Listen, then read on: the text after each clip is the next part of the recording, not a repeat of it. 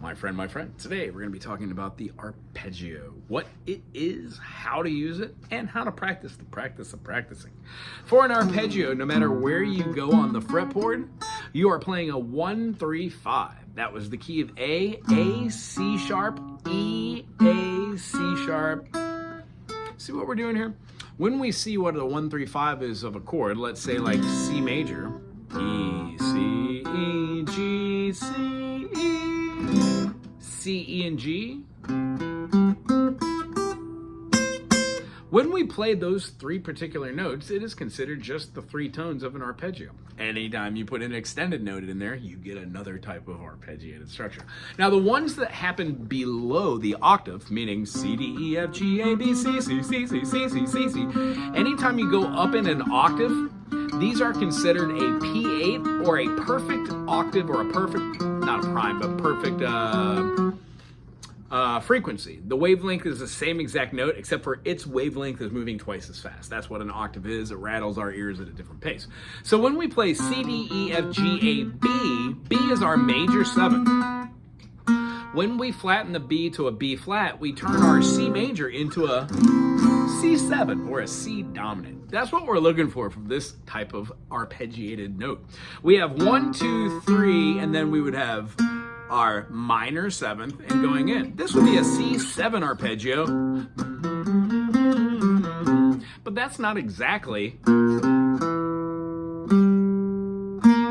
what we're shooting for today. We're shooting to have that dominant note in there, but we're also wanting to flatten the 5th. So in the key of C, C, E, G, we would flatten that 5, and we would get a G flat, giving us C, E, G flat, B flat, and C.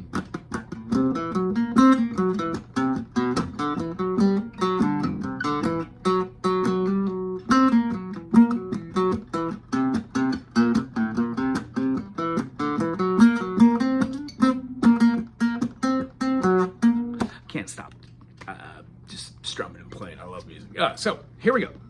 C, E, G flat, B flat, and then going through. This works beautifully over a minor major chord. This also works really kind of cool over, if you're trying to play like a song and go to a new chord. Let's say, what was that, C? So if the chord structure was in like a C sharp major, and I'm doing like a C sharp major, F sharp major, and maybe like a G sharp minor, back to that F sharp major, and then the C here. Right before I go to that C, I could put in like a,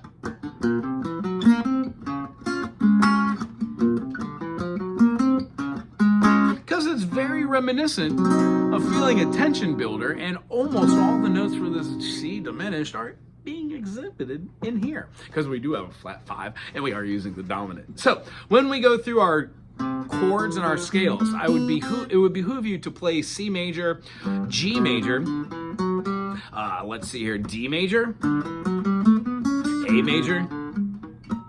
When you get your different scales, A, B, C, C sharp, D, E, F sharp, G sharp, A, when you could go through all of your notes, E, F sharp, G sharp, A, B, C sharp, D sharp, E, and just do a major scale, that is when you should start playing arpeggios. They do liven up a lot of your stuff, and they help very much so for fretboard recognition. Meaning, if you can play something like, in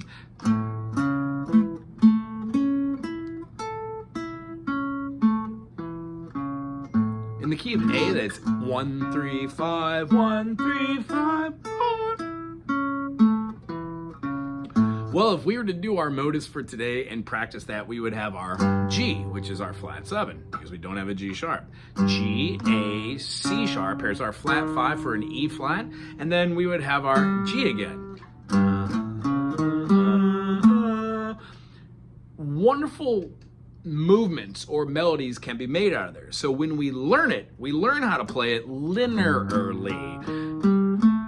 See how my fingers aren't really doing a whole bunch of jumping around? I've developed muscle memory to be able to move one of my extension fingers or just move my finger over. So it just doesn't matter which notes we're doing as long as you can remember the variances between intervals. So have fun making melodies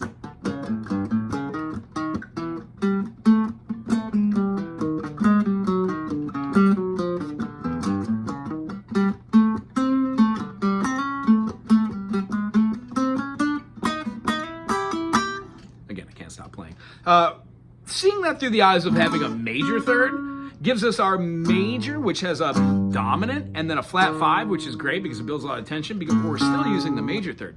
If you change that to an A minor, you can still do the same thing, a ding ding. What we're doing is we're showing you that the raised 4 scale degree, when you're viewing it through the eyes of a major, is called Lydian. The mode has a raised 4th. Every key does, so practice those. And knowing that just allows you to go G, A, B, C sharp, D, E, F sharp, G. Changing G major to have 1 sharp into 2 sharps. Well, what key has 2 sharps? D major or B minor. So when you play G Lydian, you are playing a D major scale or a B minor, natural minor scale, which would include the 2 sharps. Therefore, that's why modes are really kind of cool to exhibit through the eyes of arpeggios. Because, I don't know, to some musicians, the most important notes are the 1, 3, 5, and then how to fit those extension chords in and then drop in a major 6, minor 7th, or a major 7th. Either way that you practice this, you would be exhibiting the C rather than the C sharp. But get rid of that 5. That's a fun one. Has the G in there too. Goes back to the 1, except we wouldn't be going to the major third. We'd be going to the minor third.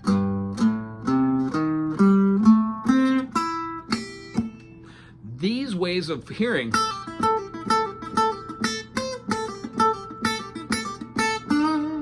will allow you to start developing melodies, I swear. So I hope this was a good enough explanation on how arpeggios are. The 1, 3, 5 of every key is what an arpeggiated note structure is.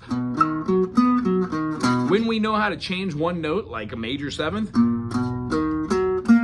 it gives us different flavor and feelings. We don't just practice them all up and down the fretboard like this. That comes a little bit boring. We try to have a little bit of ad librium or rubato with that so we can start phrasing these things in our own fashion and make up stuff that you enjoy. If you enjoyed this video, thumbs up, put something cool in the comment section. Why don't ya? And then subscribe, why don't you? If you have a comment or a suggestion on what this video and or this channel should be doing, put it in the comment section below. Aloha!